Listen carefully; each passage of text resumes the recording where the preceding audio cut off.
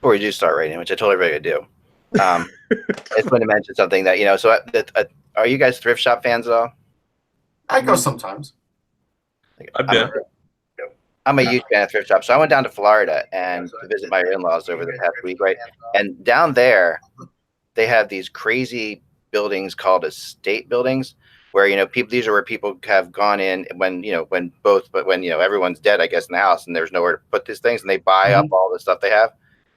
And these are just enormously beautiful, and you see incredible stuff for really cheap. And while I was there, there was a row of nothing but Izod alligator shirts like this. Yeah. Which was huge when I was a child. I could never afford them as a kid. I always got the ones that were like the I forget what they were, the elephant or something like that. They were different. They didn't have an alligator. Yeah. They copied them, but they had a different logo. So I bought like 3 shirts for $10, 3 old Izod shirts for $10. I'm wearing the shirt of a dead man today, just so you know ahead of time. I'm going to give everybody the key to this.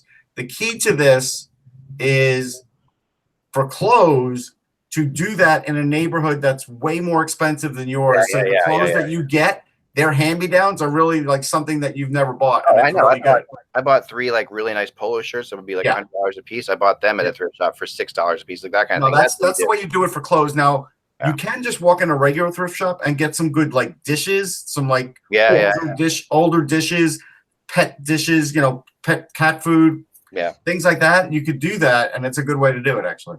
How about you, Cav? You ever thrift shopped it? Oh, for sure. We have my wife likes them. But the problem I have with thrift shops is, especially when you get to be my age, like I have everything I need. What am I looking for? Like I don't need dishes. I'm not looking for new shirts. Kev, I'll give you something that I need a new one of, that I'm using an older one that you could use or you will need, and it's a pill grinder. I need it for my dog's medicine. You might need it for yours someday. Yeah, that's true. Let's talk about that later, because I found I had to do the same thing because both my dogs are on medicine. Actually, everyone in my house is on some sort of medicine. It's pretty right. But I found the by far best pill cutter in the world. Not a cutter, a grinder. Oh, a grinder. I found the cutter. I have a cutter. Cutters are easy. It's called a razor blade. No. I've been spoiled though, because you've all heard me talk about my great dog, the late great Rocky, died at age 17, and Rocky got to the point where early in his life we would hide his pills in meat or whatever he enjoyed, and then when he got to be about 10 years old, he just looked at us one day and the pill fell out, and he just looked at me and looked down and reached down. He said, "Oh, all right," and just ate the pill. Ate the pill? Wow.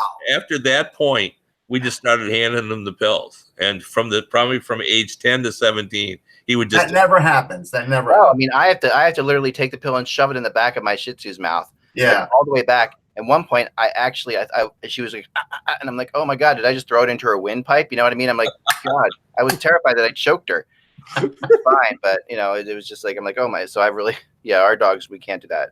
One dog will eat anything. He was in the hospital recently because he ate something terrible. No, but I'll just I like to go to estate sales, especially in the summer. A lot of the houses in Buffalo are old, almost century old, and people are sort of renovating them, and they're getting rid of, or people who have passed away and they're selling off. And I got like a nice sort of like a wooden chest that I redid, and a few things like actual furniture that I can make as a project. I like to do over the summer as something just to keep myself busy. But there's just, I mean, honestly, I'm weird when it comes to clothes. I need to buy new clothes.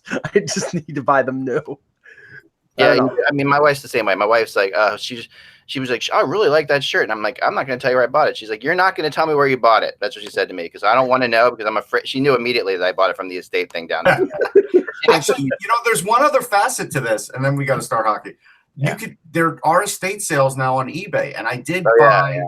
I bought a watch on an estate sale on eBay. It was an Elgin watch that was made in the United States in 1950. They would make them in Elgin, Illinois. And I got it for like $40. And literally, like maybe a week after I got it, the pin part of it broke a little bit. And that happens a lot. So I brought it to the watch guy for $10. He fixed it. So literally for $50, I got a perfectly great wind-up watch that from 1950, which is really cool. It's like a nice retro piece. So you could get some good stuff, but you have to really dig.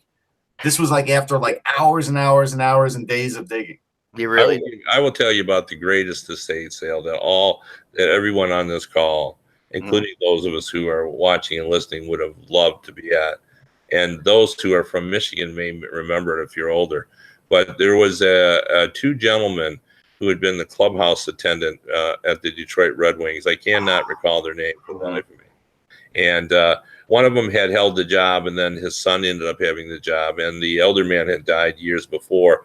The younger man died as well.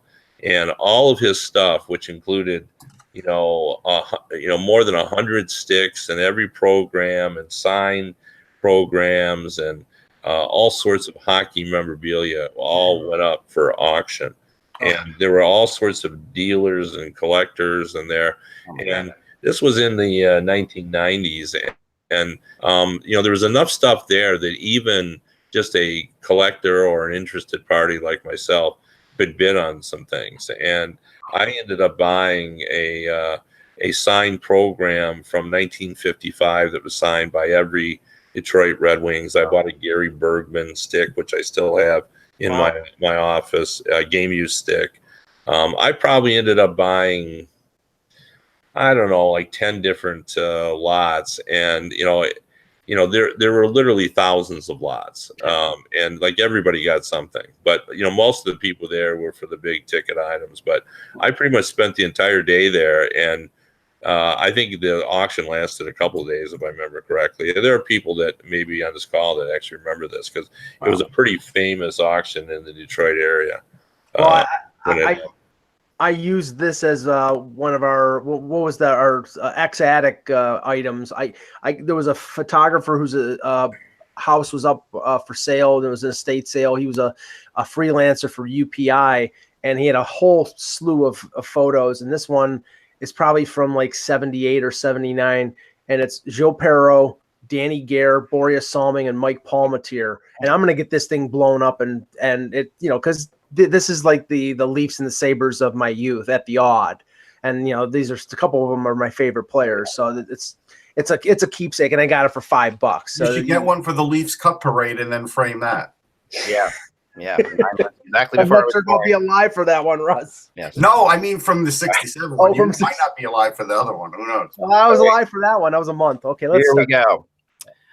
Hello, Hockey World. It's Thursday, January 3rd, 2019, the year of our Lord. Mm-hmm. I'm Michael Agello, and I'm not available to play goaltender for the Toronto Maple Leafs. I'm Russ Cohen from Sportsology. Kevin Allen, USA Today Sports. And I am Eklund. You're watching HockeyBuzzcast on HockeyBuzz.com. This is a podcast that comes every Monday through Friday at this time to fill you in on the comings and goings in the hockey world. And we want to start today with Ovechkin. I want to get into my top 31 teams of all time since we have Kevin here. And I did this over the break because during the trade freeze, it was a lot of fun to do. Wanted some opinions from Kevin as well on that one. And some interesting stuff there. We'll also get into some trade rumors, of course, and then the fact that Nylander's been moved up to Matthew and the World Junior and a few other juniors. Yeah, there's so much to get into. So let's start with Ovechkin to start with here because Kevin was talking about it before, and you were kind of amazed, Kevin, that the response is so strong to this. Yeah, no, I really was. Like, this is old hat. This is Alex Ovechkin, a guy who's come off a lengthy Stanley Cup run where, he had a long season and a long party afterward. And he said, I'm going to use this. I'm going to tie it with the adjacent bye week, and I'm going to rest up for the start of the second season. And if you're a Washington fan, you're going, well, yeah, because we want to repeat. We want to match what the Pittsburgh Penguins have done. Like, to me, this seems like a no-brainer. I mean, Alex Ovechkin has served his time. Like, he's been in 7 All-Star games, and he always plays to the crowd. If you remember back when they had all the goofy, clever breakaway things, he was the guy that would try to put on a show. Oh, yeah, he always showed up. Yeah, did his thing, did what he can. And if he wants to take the penalty, the one game and sit out, I have no problem with that. And yet I know a lot of my colleagues see this as, kind of an affront. And, then this also brings up the issue as whether or not the All-Star game has outlived its usefulness. My opinion on that is that if you go to these things, you realize that the fan base that are there still enjoys them, that they're very big for the city. Are they a national spectacle for television? Probably not. Is it better than it used to be? Yeah. The 3-on-3 is better, but when you're there, it's a really big event, and I don't see why this is a big deal. I think I totally disagree. Right. I disagree on this one. I do know you're right. He has shown up when Crosby wasn't there, other people weren't there. He's shown up and he does play the crowd, and the skills competitions have been made more interesting by him. And it's funny. Somebody yesterday brought up the whole skills competition thing, and is that seen as day? And it may have. Part of me thought about that a little bit. That's maybe another discussion. But I think that's the only thing that's interesting, actually. Yeah, it is. But I think that and I'll get back to that in 1 second. But to finish on the Ovechkin thing, I just think if you're Alex Ovechkin, and you have won a Stanley Cup, and you just won a Stanley Cup, and you were so. Obviously the partying part of it, why the internet jumped on it is the partying part of it, I think, because that's the internet goes to the. No, I think it was the joy and the partying. Right. Like, there was a lot of joy. They loved it. But no, why the internet shared the cup with a lot of people. I think it was that too. But why the internet jumped on him skipping this was because they saw, obviously he's going to go get, the whole word was the internet, the lowest common denominator. He's going to get drunk. He's going to party. He's going to miss a week or whatever. He's going to do all that stuff, and that's because he wants to just go and party again, which really that's not fair, but that is naturally where they're going to go. It's just that was very predictable in the culture of the internet. Yeah. But I do think that Ovechkin is synonymous with the NHL, whether he likes it or not. And the reality is, if he can play, he should. I've been mad at Crosby before, I'm not, but this feels like the first one where someone was really just healthy and just flat out just said, okay, I'm healthy. I'm going to just miss this, right? I mean, I'm trying to remember another time when someone was healthy that they just didn't go. Well, 2 years ago, 3 years ago, he did this. Right. Yeah. Okay. Jonathan Taves, both were. Right. Right. And I just think I agree with you, Kevin. It's in the one part of the All-Star game does still have a purpose, and the event that goes around it, the whole thing the NHL puts up, the circus that comes to town kind of feeling is really fun in those cities. And just like we said the other day, when you weren't here, it's a big corporate event. The NHL meets with a lot of companies. Every agent there. There's a lot of business that transacts there. Yeah, and you could tell it's still important because, like they still find a way to get the stars there. Like Brayden Point is not there, but Stamkos is. And right. And I think I've said this before. I've been in a meeting with the NHLPA talking about the All-Star game and what's good, what isn't good, what the players like, what the players don't like. I mean, it's taken a lot more seriously than I think the viewers or the naysayers think, too. Yeah. I mean, you see, though, at the All-Star games, I remember I've seen this a couple times. Even when Crosby couldn't play one year, I remember he was there. Yes. He was there because, he's walking, and you're seeing him walk with, Frank Brown. He was injured. It was different. He was really injured. Frank Brown, Gary Bettman, and Crosby, and Ovechkin, and others are walking along, and where they're going. They're going to the suites to talk to the big donors for the NHL, and that's something that they have to do. And it's also important to some players because, like, players like Rantanen and Matthews got a $212,000 bonus on their entry-level contracts for getting an All-Star selection. I'm frankly jealous of Alex Ovechkin that he can skip it and I can't. Because honestly, I'm well known as an All-Star hater. I just think that really take All-Star out of that sentence, Mike. Just you're well known as a hater. What's that? Yeah, no, I think X right. You're well known as a hater, quote unquote. Well, yeah, I just don't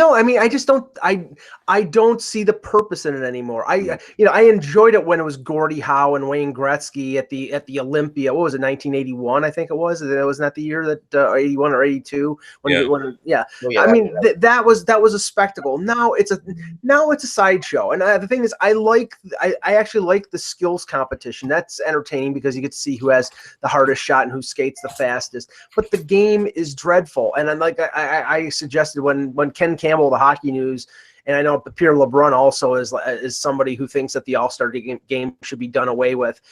Fold it into the Winter Classic. Have a week-long break in the middle of the year. Have those events. Have the All-Star, but just don't have the All-Star game because the All-Star game is absolutely freaking dreadful.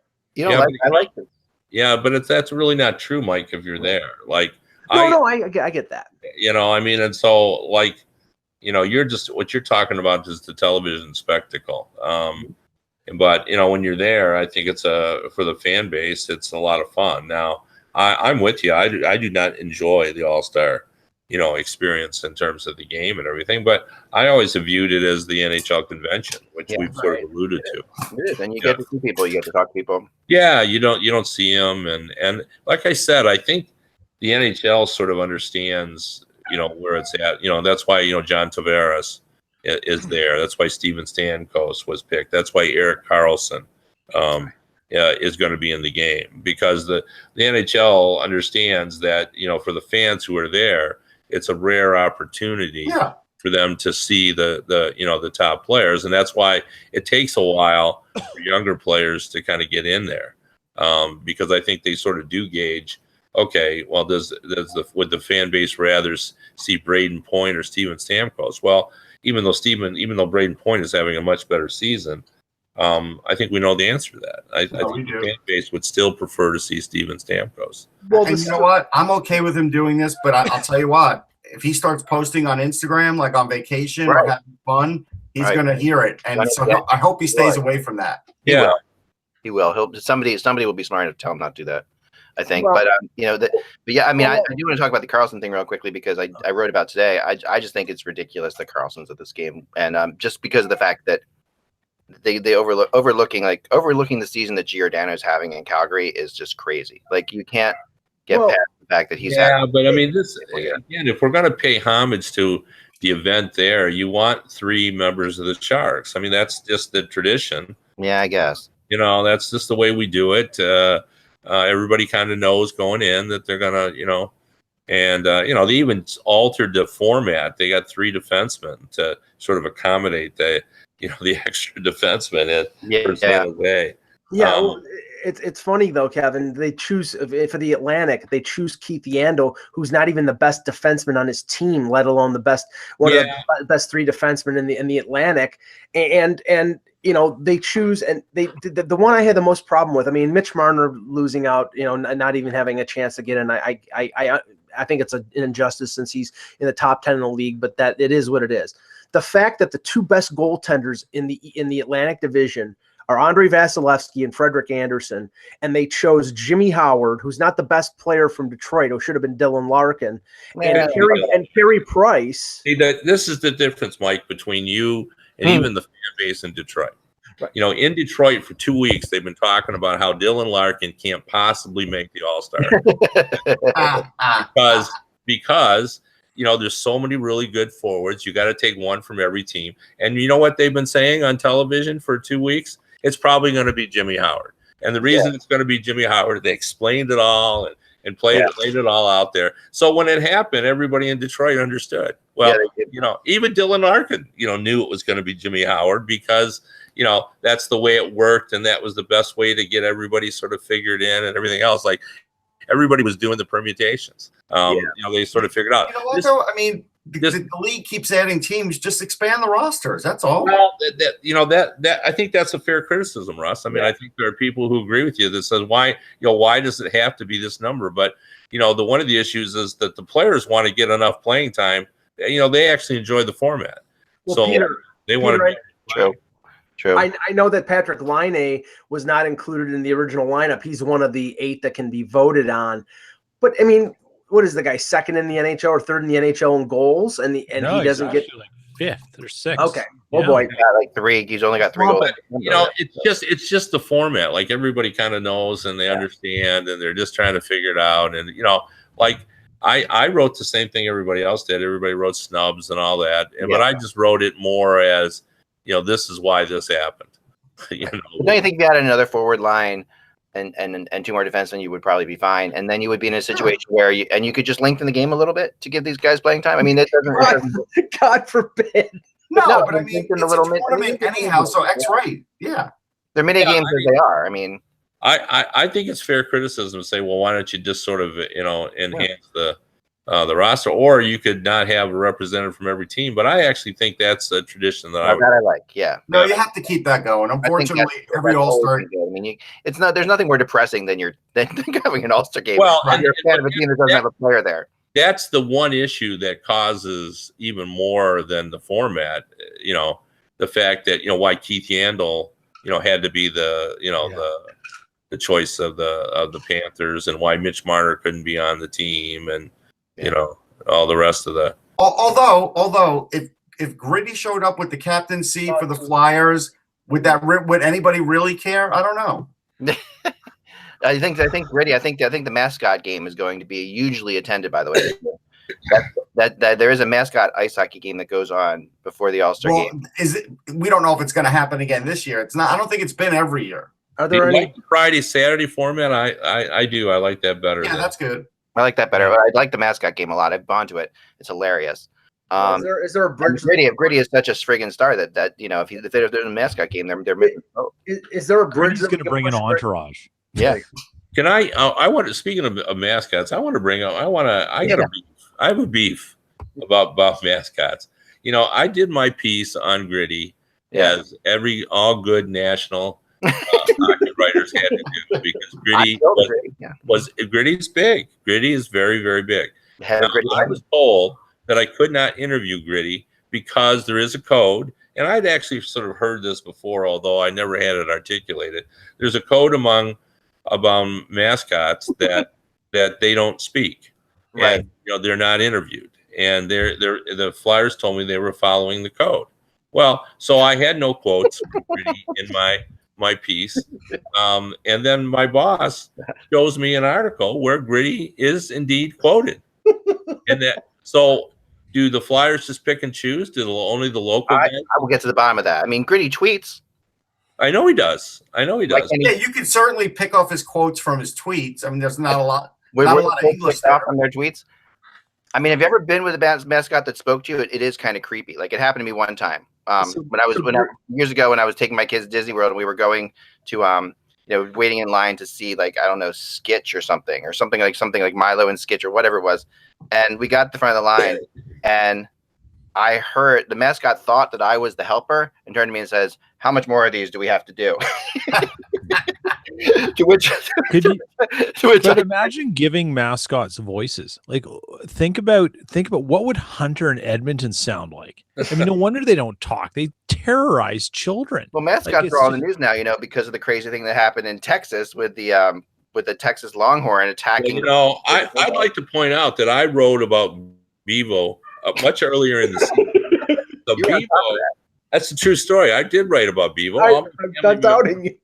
I'm the reigning expert at USA Today on Bevo. There's been many, many, many Bevos through the years, and Bevo was banned at the Kansas football field, and I wrote about that, and many, many people read my story. Well, it's PETA now all over this because of the live mascot thing, right, Russ? I mean, it's like but I think there's two things. One thing that's being largely overlooked is that Tommy Hawk, the Blackhawks mascot, got into an actual fight with fans, and that's on video. You can see that. Yeah. Well, that was.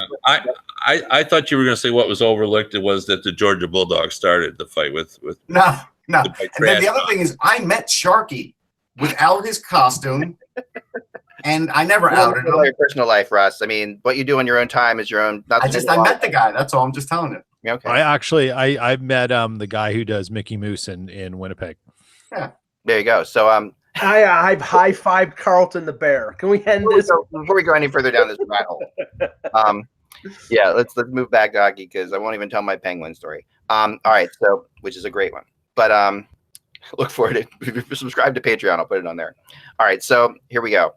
Let's move back to the All-Star game. So moving away from the All-Star game for a second. Man, I've totally lost my train of thought. The next thing we wanted to talk about, Mike, was World Juniors. World Juniors. Thank you. Sorry. Let me start out. I want to start the conversation by asking Russ a question. Okay. Can we say that Russia versus U.S. the gold medal game, or does that lead us right down the path that got us here? Because teams like Canada and Sweden just refuse to acknowledge that these teams that are not Canada, USA, or Russia are good. I mean, two major upsets has totally changed. Yeah, it has. But I always say it's the hardest, and I do mean this, the hardest tournament to prognosticate in the world. It really is. And I think hockey is getting so much closer in all these countries that look, what did Sweden lose by? It was 2-0. You know what I mean? They win that game, they still could win the gold medal. If Canada doesn't have a few bad bounces, I mean, they could win the gold medal. There are, like, when you pick the top 4 these days, they could all win the gold medal. I didn't even pick Finland, and they're in the running. Like, it's just there are that many good teams, and I think that is the good part of this equation is the fact that there's very few really bad teams. The really bad teams stand out now. That's what really happens now. Yeah, and then now that 14-0 massacre that Team Canada laid early in the tournament, it shows how meaningless it was, because it was a hot goaltender for Finland, Loken in the Sabre draft pick, and Canada couldn't break through against him, and then Finland outplayed Canada in that whole game. I thought if it wasn't for DiPietro, that game last night wasn't even close. Like, I know they got lucky at the end. But Pekka Luukkonen in the game before gave it away. Like, he's up and down, and he played his greatest against Canada. That's the great Pekka Luukkonen that you saw. And the Swiss goaltender stood on his head against Sweden. So a hot goaltender can really make the difference. And the U.S. played a pretty good game against the Czech Republic. They only won that game 2-1 or 3-1 with the empty net goal, but it was 2-1 for most of that game, or for most of the third period. So, I mean, we're not talking about big, wide differences in terms of scoring. It's 1 or 2 plays that are making the difference. Well, Switzerland has been coming like strong in international play in general, Kevin. I mean, Switzerland is completely. They're entering the group now. I feel like they've past Slovakia, and I think that they're closer to Finland and Sweden than they are to the Czechs and Slovakia. Yeah, I think they're right there with Finland. And I remember Art Berglund told me years ago, he says you don't have to win every game at the World Juniors, but you got to win the right games. And it's never been more true than it is now. Like, because Russ's point is so well taken. Like, Canada could have won the gold medal or be eliminated in the quarterfinals. Yeah. Eliminated in the quarterfinals. And we replay this tournament, they might win it all half the time. And the Swedes have not lost a game in the preliminary round in 12 years? And the record in the quarterfinals and the medal round is under 500. They've only won 1 gold medal in that time. And I believe, Peter, in Canada, this was the first time in 13 World Juniors that the Canadian team did not even have a chance to play for a medal. Yeah. So, I mean, this is a big deal. Obviously, it's in Canada. You felt, I mean, even my son who was watching the game, just casually, he felt bad, like the way the game ended. He's like, I feel bad. The guy breaks his stick on a shot and then comes back the other way and they score. It's just, no doubts of breaking his stick. That was tragic. Yeah, you had to feel terrible for Canada. I mean, but I really feel if you just go to the game, you don't feel so bad for Canada, because the reason it's in overtime is because they were just outplayed. I mean, they were out. However, it's a round robin, 1 game. Right. Anything can happen. But anything can happen. TSN should get over it and stop hedging all their bets on this. They're an embarrassment. And, the sooner TSN fires James Duthie into the sun and just nullifies his contract, the better Canada is going to be. And if it's Jay and Dan firing the Rockets and going with them, we were even further ahead. I want to let Egg finish. Duffy is just doing what Canada has always done, which is to the end of the world if we lose in hockey, right? Like this to that point, though, TSN, you don't think TSN, their hearts are broken at TSN right now, because at least if they had won that game, they get to the medal round, they're going to get 2 more games out of Canada. It's over with Canada. There's no more games. They're done. And now it's, Slovakia, Switzerland, US, Russia. I mean, that's not going to exactly pump their ratings big time. So that, I'm sure that they're not too happy right now. Okay, but there's 2 things. So I saw a tweet today from Jeff O'Neill saying, well, my work's done here is done, be nice to the kids. Canada's out. And I'm thinking, so is that it? Canada just folds up the media just folds up their tents and they leave. They're not even going to cover these other games. It's like, I know they'll show them on television, but it doesn't seem like they're going to give them as good a coverage as if Canada was in it, which I find despicable and I don't really like that. Jeff O'Neill was only part of the panel when they played Canada. I don't think he was part of the panel that they had when they played other teams. It was him and McKenzie and Duthie, and I think that was it, right? Right. So then just for Canada, they don't. No other reason they can't talk about anybody else, and God forbid they give another country coverage. Yeah, well, no, I agree. But here's the thing, like, and Peter, weigh in on this because as the Canadian, that you are, my feeling on this in general. This tournament, which is really kind of like new to America, it's such an unbelievable holiday tradition up there that's part of the reason it's a big deal. But here it's kind of become that in the last few years because of the NHL Network involvement. But I honestly think that it still remains, as everything always does in hockey, it still remains important because a lot of these guys playing for these other teams are playing in junior cities all throughout Canada. They're playing, and they know these guys. They know so it's still the Canadians, and this is how they are. Even when the U.S. Obviously, U.S. has 2 teams in the Stanley Cup final or whatever. This is still a local story all the time in Canada, a local story in tons of little places, right? Oh, yeah. It just, there's all the things. Well, we know this guy from, middle of nowhere, Saskatchewan. His parents are here. It's the first time they've left the flatland in 20 years. Like, I mean, it's just nonsense. It's I think one of the things you have to remember is, I mean, I live in a very, very hockey centric world in terms of where I am in the prairies, and it's everywhere. Everyone knows everyone doing anything. Like, you can talk to anyone who plays in the higher tier leagues. You know what someone's parents think about another kid and the thing. That's not even an iota of the intensity that exists in Toronto. And Southern Ontario. It's nuts here. And it doesn't even scratch the surface of what goes on in Southern Ontario. Right. And Alberta is actually getting fairly bad. And what's happened in some of the education systems in the provinces now is that they're developing these sports schools that are academies for certain sports. Yeah. And Jake Virtanen is a product of that out of a school in Abbotsford in BC. And Calgary's got about 3 of them now. They've got one for baseball. They've got 2 for hockey, I think, and they're doing other things. And it's just it's the classic Canadian tale that no one gets tired of hearing about. Your parents picking up Timbits on the way to the cold rink that you drove 30 miles through in a blizzard in the middle of January. And TSN will sell it all day long and build this ridiculous hype up about it. Well, you know what? There's a bazillion kid athletes out there across countries all over the world whose parents have made massive sacrifices. Hockey isn't the only one, but the vast expanse of Canada somehow plays in the romantic myth that it's just harder to be a hockey player than any other athlete. That's fair.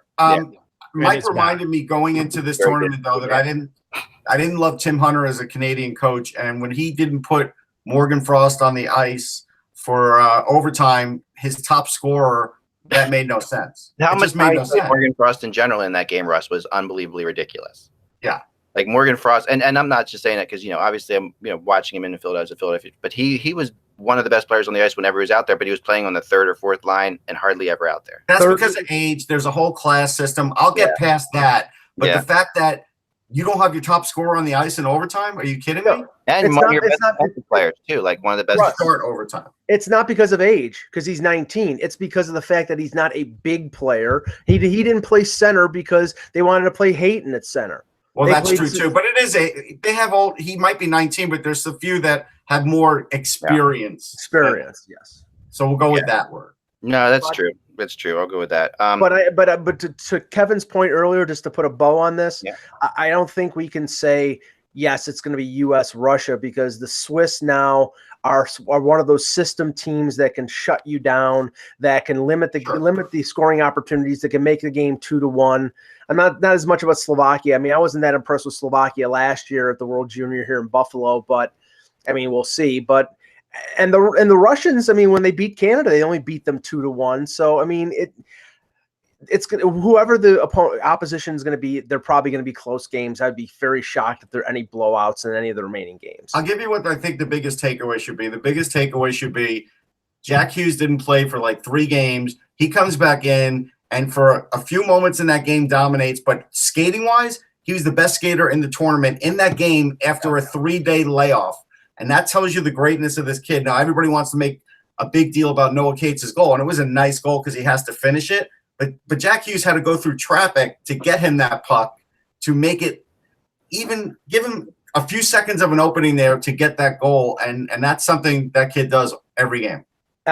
Let's talk before we get into rumors and stuff. I wanted to touch on some goaltending concerns that Russ and I were talking about earlier. And Kevin, we need to mix you into this because.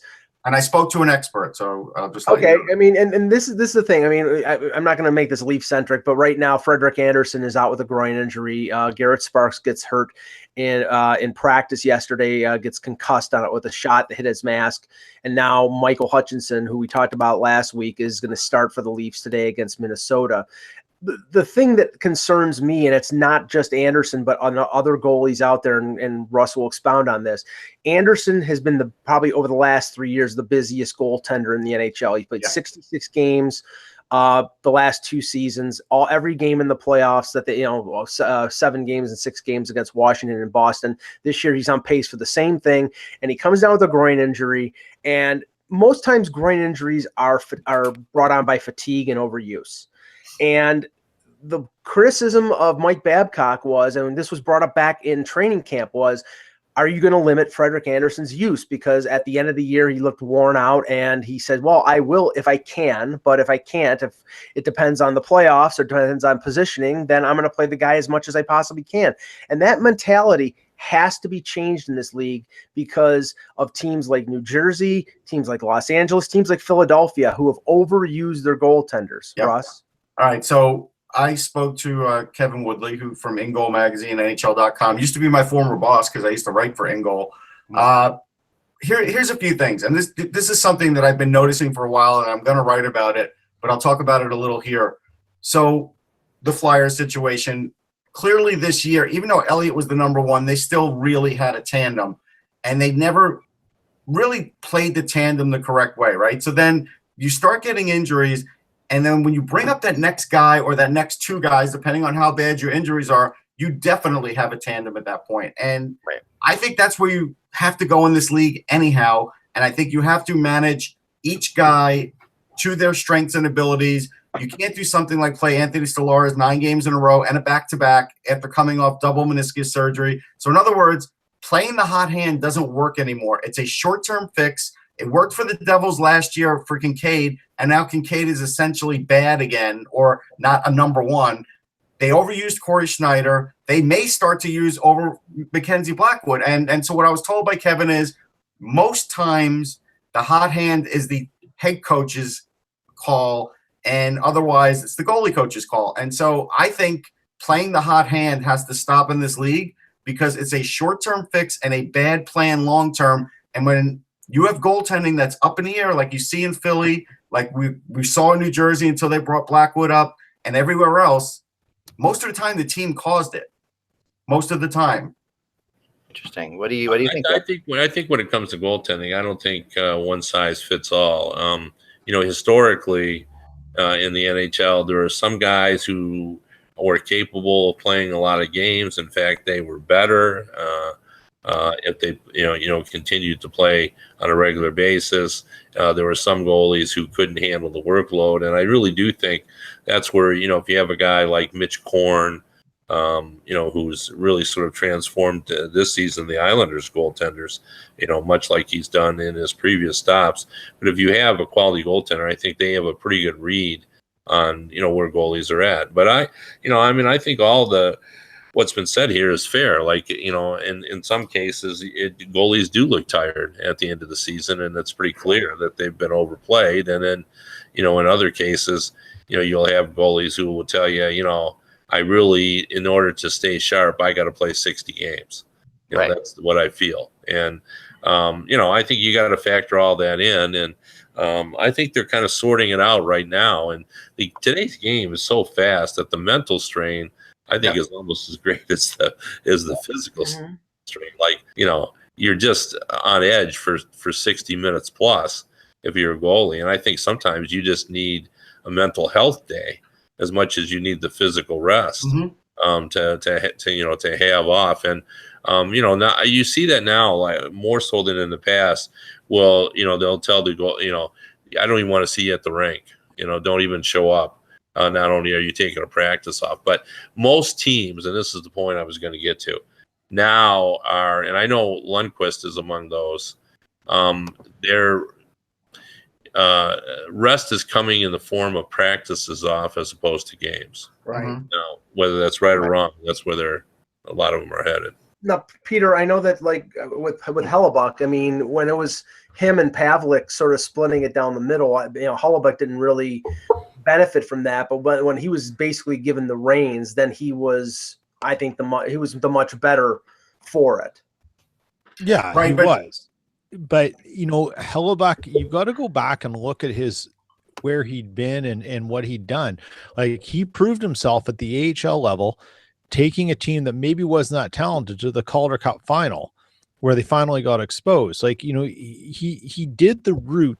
And I know there's a lot of discussion that comes with a traditionalist view and route of things, how it's been done, but there's value to it as much as finding new ways. And I think we're about to see something similar with that, with what the Canucks have done now, because they've recalled Thatcher Demko. Right. They're going to be, and Benning basically said they're going to be using him and seeing what's there. And it's not out of desperation, it's out of plan. And, going back to Hellebuyck, they planned for it. He didn't have a great season with that year at Pavlik, but neither did the team. And then he was given, they brought in Steve Mason to come in and challenge him, and Mason couldn't cut it. And boom, Hellebuyck, he also that summer bet on himself, where he signed a 1-year deal and said, I'm going to come in. He worked his tail off all summer in Kelowna with his coach, and he got his long-term deal.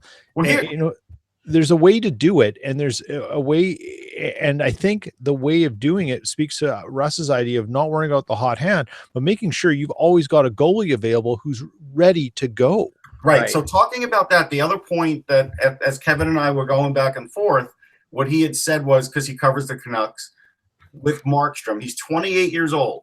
Keep that in mind, 28. There are times where they're going to give him a day off or two, and he is actually going to work on things with the goaltending coach, sort of like a tune-up. Because what ends up happening is, with fatigue and other things, you end up losing your base. You end up making some mistakes that you wouldn't make before. And the goaltending coach is there to sort of tune up the player in practice before they get back in the game. So it doesn't really matter what age you are, unless you're like Roberto Luongo, who at this point has seen everything, and maybe Lundqvist. But most goalies need those tune-ups. That's why someone like Carter Hart, it's so dangerous to have him in there, because just because he wins 2 or 3 in a row, it doesn't mean he's actually performing at his best. It just means for whatever reason, they won the games. He might have stopped all the pucks. Doesn't mean he did it all the right way. And so, Eck, what I would say to you is, the funny thing about this whole thing with the Flyers is, you have a goaltending coach working with Carter Hart that probably won't even be there next year. Yeah.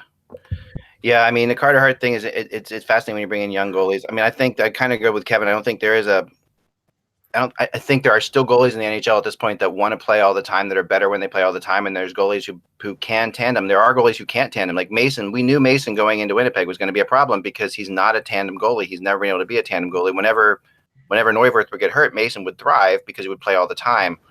I mean, look what's happening with Marc-Andre Fleury. When they tried to tandem him in Vegas, it didn't work, right? So they go into like playing him all the time.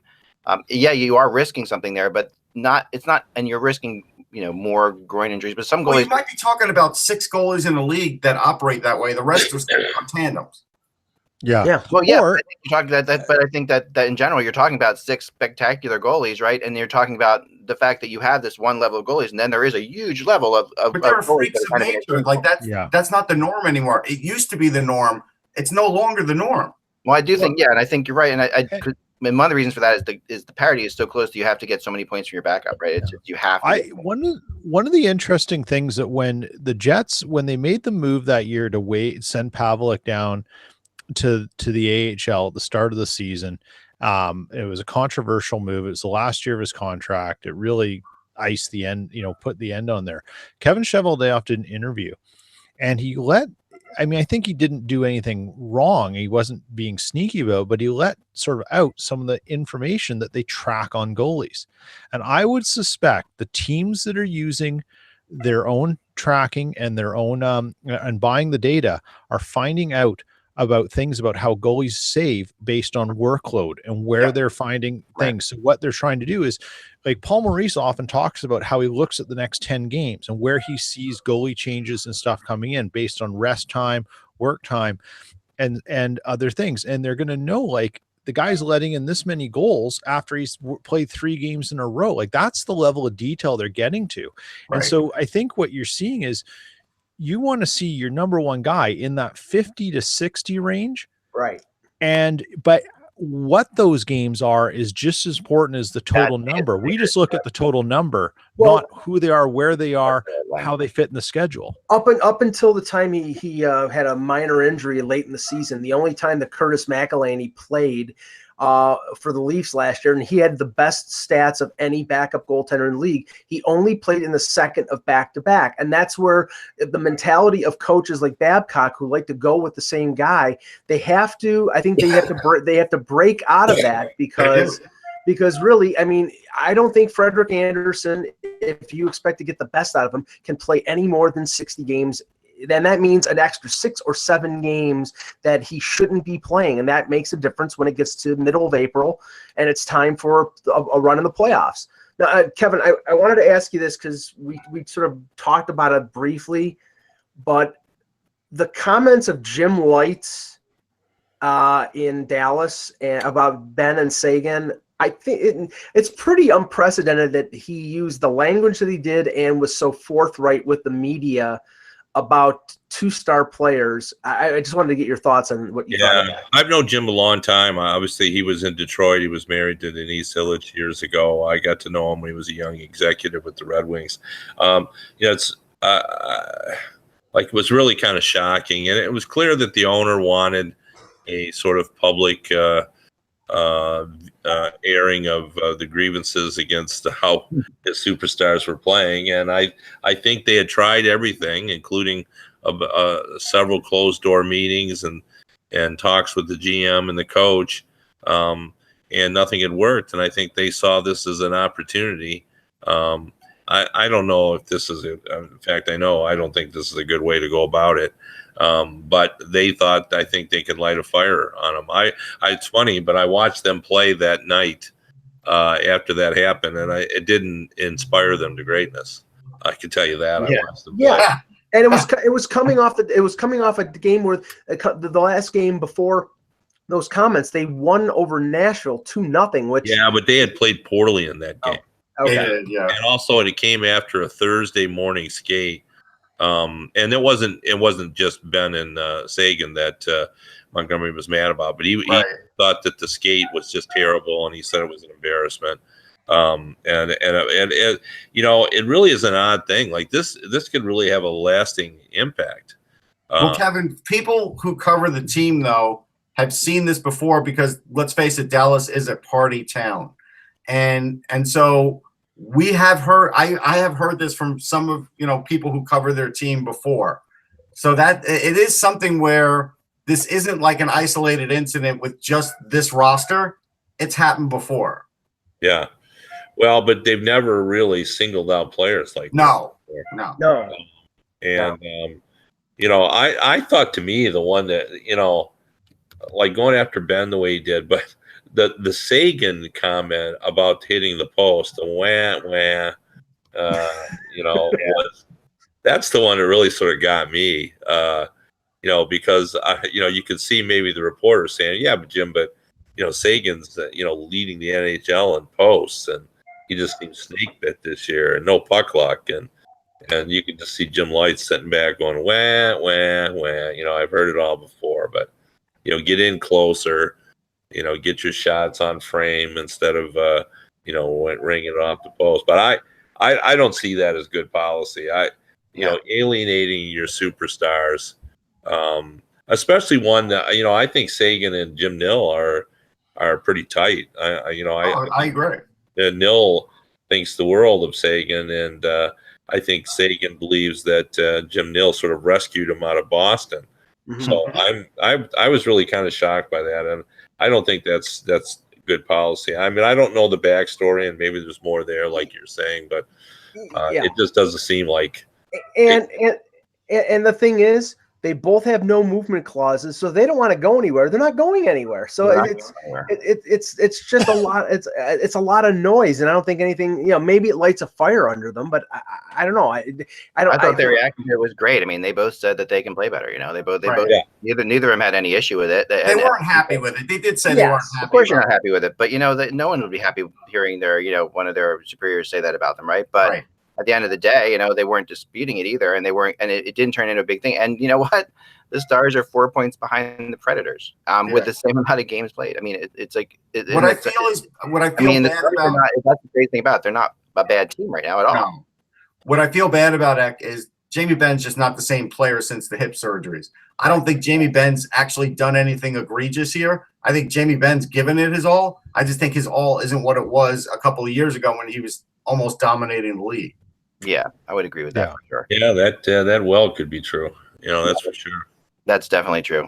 That's a tough injury to come back from. I mean, I think part of the problem with these comments like Lights and stuff, and I think it's awesome that he came out and lost it and stuff, because because we crave for information, personality, we crave for this. Is it the right way to lose it? No.